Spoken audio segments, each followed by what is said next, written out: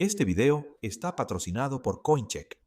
Ha sido trasladado una vez, iluminado por una lente que nunca estuvo destinada a quedarse en Chicago y atendido por hombres tan aislados que uno de ellos empezó a comer periódicos. Y todavía sigue ahí afuera, parpadeando en rojo a través del lago Michigan cada 5 segundos, a un cuarto de milla al este del Navy Pier, guiando barcos hacia un puerto que ha estado en funcionamiento desde antes de que existiera la ciudad misma. Entonces, ¿cómo es que un faro construido para la Feria Mundial terminó convirtiéndose en una de las luces de navegación más importantes de los Grandes Lagos? ¿Quiénes fueron los hombres que vivieron dentro de él? ¿Y qué significa que ahora la torre se esté oxidando desde adentro hacia afuera, sin que nadie esté realmente seguro de quién es responsable de salvarla? Sigue con nosotros para descubrirlo mientras revelamos la fascinante historia del faro del puerto de Chicago. Soy tu anfitrión, Ryan Sokash, y estás viendo Ice History.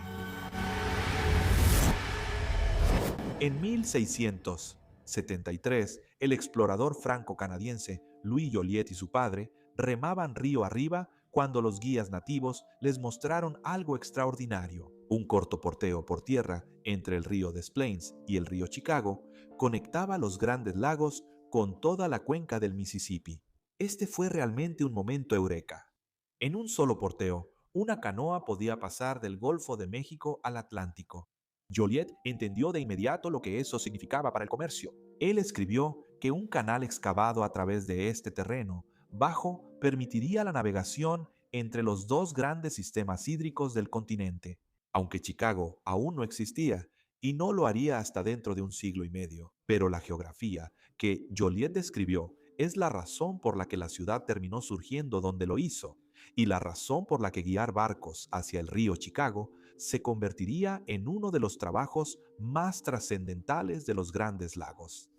Para cuando los estadounidenses comenzaron a establecerse seriamente en el lugar, la entrada al río Chicago ya era una amenaza.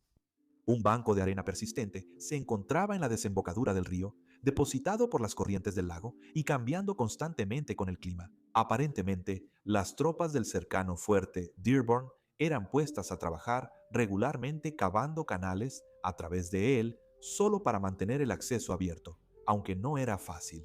Los barcos que llegaban desde el lago no tenían una forma confiable de encontrar la entrada en la oscuridad o la niebla.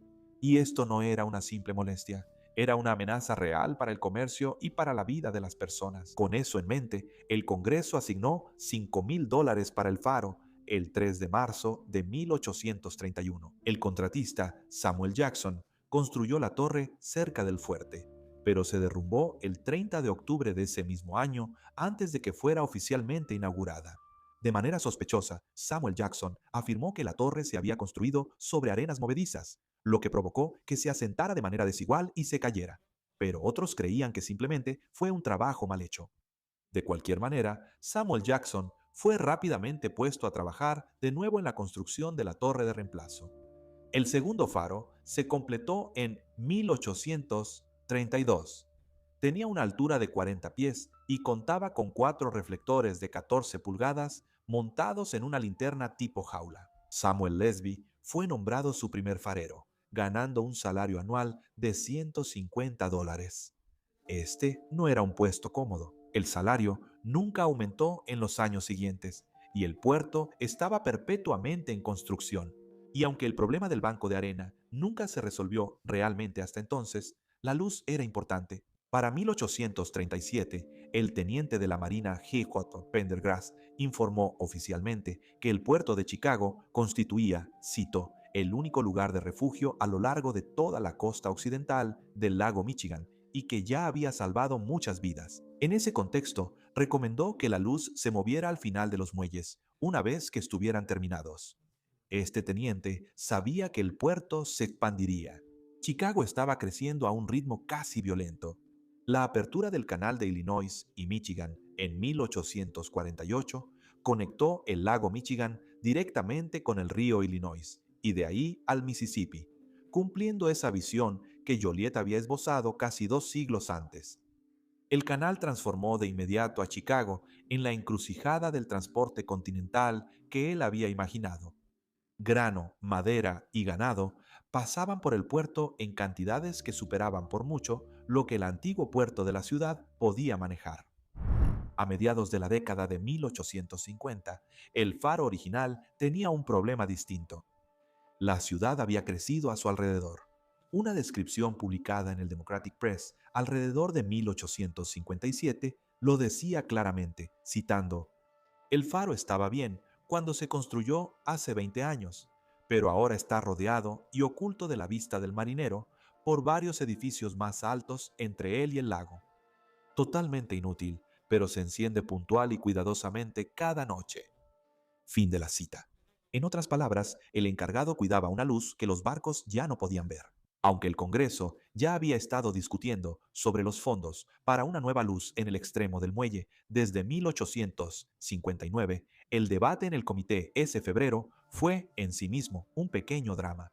Un congresista presentó una moción de orden para objetar que financiar un faro en el puerto de Chicago constituía una mejora interna inconstitucional. Su objeción fue rechazada y finalmente se aprobó una asignación de $87,000. El nuevo faro no se parecía a nada que se hubiera construido antes en el puerto. En lugar de una torre de mampostería en tierra, los ingenieros diseñaron una estructura reticulada de hierro, prefabricada en secciones y ensamblada en el lugar, al final del muelle norte. Esta torre descansaba sobre 9 pilotes de hierro, 8 dispuestos en un octágono de 33 pies de diámetro, con uno en el centro. Esta construcción sostenía tanto la sala de vigilancia como la cámara de la linterna encima de ella. El periódico Cleveland Leader informó, al momento de su finalización, que la nueva luz del gobierno se encontraba a 82 pies sobre el nivel del agua y podía verse a 30 millas de distancia desde la cofa de un barco y a 13 millas desde el nivel de la cubierta. El periódico además detalló que el costo de la construcción ascendió a $40,000 y con eso el faro se encendió por primera vez el 9 de julio de 1859. La torre de hierro resolvió el problema de visibilidad, pero el puerto seguía cambiando más rápido de lo que la infraestructura podía mantenerse al día. Durante la década siguiente, el muelle norte se extendió hacia el lago en etapas hasta que el faro de 1859 quedó a 1,200 pies del extremo exterior del muelle. En 1869 se había establecido una pequeña baliza de 16ª orden en la punta solo para mantener un alcance funcional. Luego llegaron las fábricas y con ellas la industrialización. El humo de la ciudad en expansión oscurecía regularmente el haz de luz, lo que llevó a la Junta de Faros a recomendar reubicar completamente la Torre de Hierro.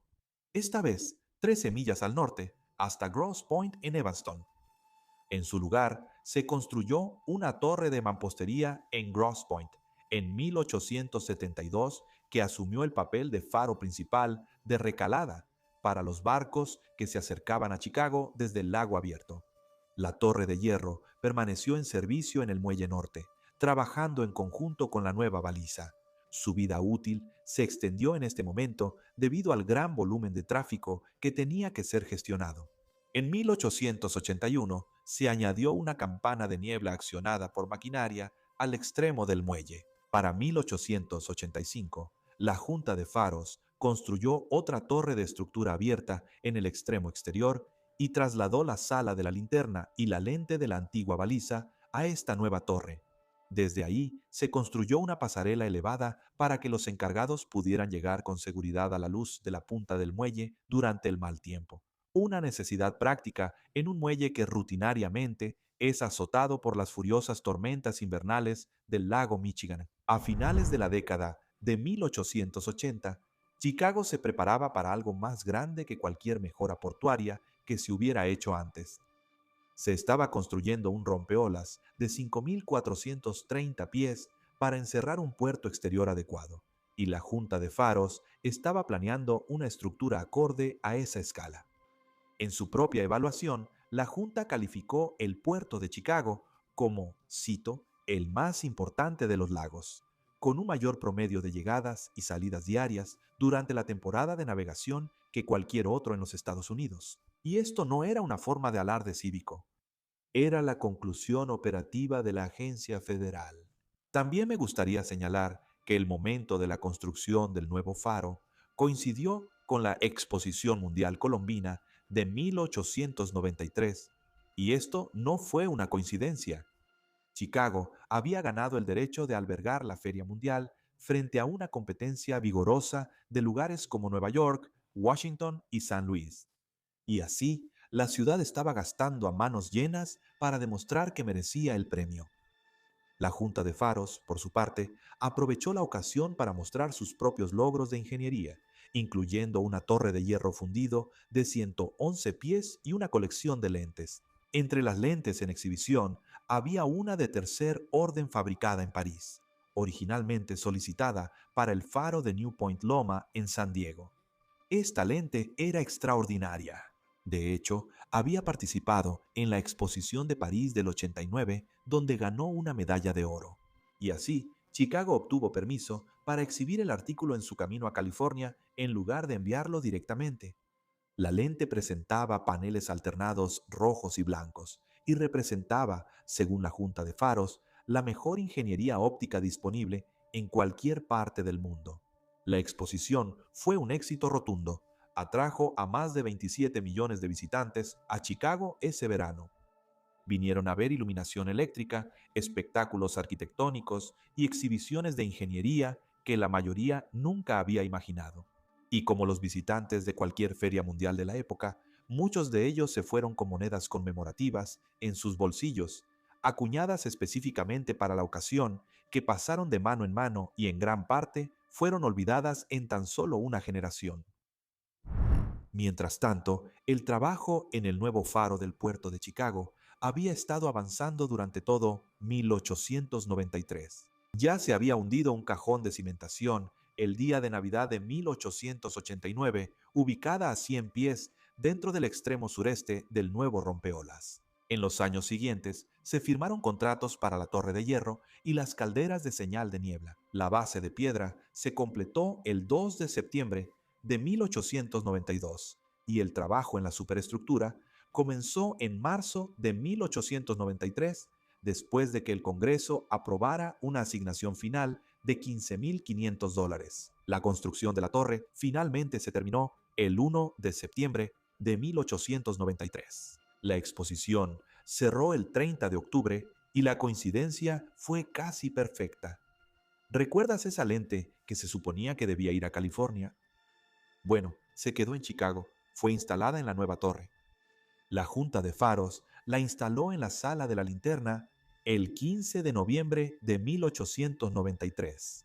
El Milwaukee Centennial publicó el aviso oficial a los navegantes, una luz de tercer orden que mostraba destellos alternos rojos y blancos a intervalos de 10 segundos, ahora se exhibiría desde la nueva estructura en el extremo sureste del rompeolas exterior. La torre en sí estaba pintada de rojo con adornos negros, elevándose desde un muelle rectangular de mampostería con acabado de roca, con dos casas de señales de niebla de hierro corrugado flanqueándola, una al sureste y la otra al noreste. Con niebla densa, un silbato de vapor de 10 pulgadas emitía ráfagas de 5 segundos de duración, separadas por intervalos de silencio de 25 segundos. El faro proyectó su luz por primera vez el 9 de noviembre. La torre de hierro de 1959 fue dada de baja de inmediato, con sus secciones cuidadosamente desmontadas, marcadas con plomo blanco, perforadas y cinceladas. Luego fueron enviadas a Raleigh Point, Wisconsin, donde volverían a ensamblar la estructura en una nueva torre. Esa torre sigue en pie hasta el día de hoy.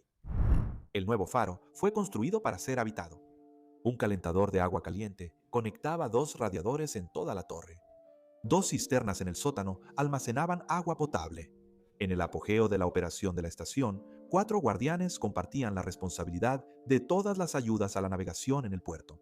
Eran conocidos informalmente como los Wakis, un nombre que hacía referencia a una época en la que las lámparas de aceite requerían recortar constantemente la mecha para mantener una llama estable. La señal de niebla era fundamental para la identidad de la estación de una manera que era difícil de apreciar completamente desde la costa. Chicago, a finales del siglo XIX y principios del siglo XX, era considerablemente más brumoso y contaminado que en la actualidad. Así que las bocinas podían funcionar durante cientos de horas en una sola temporada. Un artículo de periódico de la época describe el mecanismo con precisión. Un motor eléctrico que mueve una rueda dentada, programado para emitir un sonido de un segundo, hacer una pausa, otro sonido de un segundo y luego un silencio de 15 segundos antes de repetir. Estas bocinas estaban orientadas hacia el lago y podían escucharse hasta a 14 millas de distancia. Dentro de la torre, donde vivían y trabajaban los encargados, los hombres no podían alejarse más de 70 pies del estruendo. Un encargado, cuando le preguntaron sobre la experiencia, simplemente dijo, cito, sacude la torre. La luz misma parpadeaba en rojo cada 5 segundos. Cada 30 minutos, el vigilante de turno tenía que revisar que tanto la luz como la radiobaliza estuvieran funcionando. Cada 4 horas, tenía que comunicarse por radio con la oficina central de la Guardia Costera en Chicago, y aparentemente esta era la única conexión con tierra firme. Años antes, un barco había arrastrado el cable telefónico lejos del rompeolas y nunca fue reemplazado. Una historia similar se puede contar sobre el bote de la estación, que fue arrastrado por un vendaval del este. Los periódicos afirmaron que salió del muro, cayó al lago y nunca se volvió a ver. El sistema de rotación de 2 semanas significaba que los encargados vivían una existencia que combinaba un aislamiento genuino con una responsabilidad real. George Darkey, quien supervisó el faro a principios de los años 70, describió el atractivo psicológico del puesto con una franqueza inusual. Mirando cada noche a través del puerto, cubierto de hielo, hacia el perfil iluminado de la ciudad, él dijo, cito, el problema es que la ciudad está demasiado cerca. Si no pudiéramos ver la ciudad, no tendríamos tantas ganas de ir allá. Su colega, Philip Klein, ofreció una perspectiva diferente. El verano anterior, él había rescatado a personas de un velero que se estaba hundiendo en las rocas, recordando, cito, al menos aquí la gente te da las gracias por lo que haces. Ahora, el aislamiento es una historia aparte y de vez en cuando producía resultados bastante extraños. Un farero, algún tiempo antes de la automatización de la estación, comenzó a comerse los periódicos y amenazó con saltar de la torre si no lo sacaban de su puesto. La Guardia Costera reaccionó retirándolo de inmediato. Sin embargo, los peligros de navegación del puerto durante este periodo no siempre eran dramáticos. A veces, simplemente eran absurdos. Por ejemplo, alrededor de 1907, el Chicago Tribune informó que un letrero publicitario eléctrico de una compañía de cigarros cerca de la calle 39 estaba proyectando un gran haz de luz blanca sobre el agua, con un intervalo lo bastante parecido al de la señal alternante roja y blanca del faro, que los barcos habían comenzado a dirigirse hacia la orilla en ese lugar, esperando encontrar un canal. Varios apenas habían escapado de naufragar antes de que la Oficina Hidrográfica en Washington emitiera una advertencia formal a los marineros. Las condiciones atmosféricas llenas de humo, comunes en la zona industrial junto al lago, tampoco ayudaban. De hecho, se decía que empeoraban la confusión. Y estos factores representaban, en pequeña escala, exactamente el tipo de caos de navegación que el faro se había construido décadas antes para evitar. El primer gran cambio físico en la estructura vino desde el exterior. En 1916, la ciudad terminó un nuevo muelle municipal masivo, Navy Pier, a 2.000 pies de la estructura, diseñado para manejar los barcos comerciales cada vez más grandes que el canal estrecho del río Chicago ya no podía acomodar.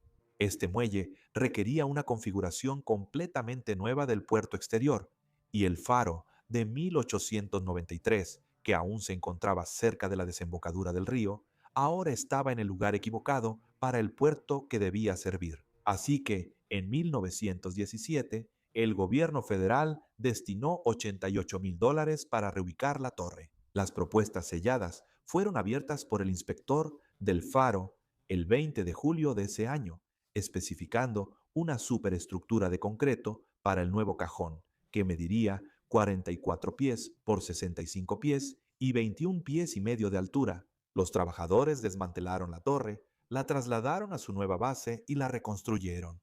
En cuanto a la sala de señales de niebla y la casa de botes, los edificios bajos a los lados que le dan al faro actual su silueta distintiva fueron construidos en ese momento. La noche del 1 de agosto de 1918, la luz se encendió por primera vez desde su nueva posición. Esa ubicación, al este de la ciudad y completamente expuesta al agua abierto, es donde el faro permanece hasta el día de hoy. El diseño de la estación, en su forma reconstruida, fue descrito por los historiadores de faros como, cito, una bujía, un tipo de torre común en los grandes lagos, caracterizada por una base cilíndrica y una torre relativamente alta y ahusada. Aunque la versión de Chicago era más alta que el modelo estándar, también tenía cierta semejanza estructural con el faro Rock of Ages en el lago superior, construido alrededor del mismo periodo. Para 1929, la iluminación de los faros del muelle fue convertida de aceite a electricidad. Para 1932, se instalaron cables eléctricos submarinos desde el muelle norte directamente hasta el faro en el rompeolas, lo que permitió la consolidación de la estación de cabecera del muelle y la estación del rompeolas. Y con eso se eliminaron dos de los puestos de farero. La tripulación más pequeña que quedó ahora estaba alojada en una nueva vivienda con revestimiento de ladrillo, construida en el depósito del faro de Chicago en tierra firme. La automatización llegó gradualmente y luego por completo. Para las décadas de 1960 y 1970, la Guardia Costera estaba reduciendo sistemáticamente el personal humano en los faros de todo el país, ya que la tecnología de navegación electrónica hacía redundante la presencia humana continua. La señal del puerto de Chicago fue automatizada en 1979. John Gatch, quien había servido como uno de los últimos guardianes, en 1976 más tarde, describió su trabajo como verdaderamente significativo, incluso en sus últimos años. Una pequeña televisión a color era lo más moderno en cuanto a comodidades que había ahí, y la bocina de niebla seguía siendo, como siempre, la dificultad más característica del puesto. Después de la automatización, el faro siguió funcionando, pero la estación se fue quedando cada vez más silenciosa. El faro de Chicago fue incluido en el Registro Nacional de Lugares Históricos el 19 de julio de 1984 y designado como un monumento histórico de Chicago el 9 de abril de 2003. En 2005, la Guardia Costera lo declaró propiedad excedente y lo ofreció sin costo a una entidad pública elegible bajo la Ley Nacional de Preservación de Faros Históricos de 2000. Después de años de retrasos administrativos, el secretario del Interior inició la transferencia a la ciudad de Chicago el 24 de febrero de 2009. La ciudad aceptó la estructura y rápidamente hizo muy poco con ella. Para 2020, la Administración de Servicios Generales solicitó que la propiedad fuera devuelta al gobierno federal. Verás, el edificio que la Guardia Costera entregó no había envejecido bien sin mantenimiento regular. Una evaluación reciente describió la estación como oxidada, deteriorada y desmantelada, aunque esa valiosa lente de París finalmente llegó a California. Ahora está en exhibición en San Diego, habiendo completado ese viaje con aproximadamente un siglo de retraso. Sin embargo, la luz automatizada que la reemplazó todavía parpadea y es visible a una distancia de hasta 24 millas, en una noche despejada. En 2022, un navegante de Chicago, alarmado por la posibilidad de que la propiedad fuera a parar a un desarrollador privado, financió una organización sin fines de lucro llamada Amigos del Faro del Puerto de Chicago.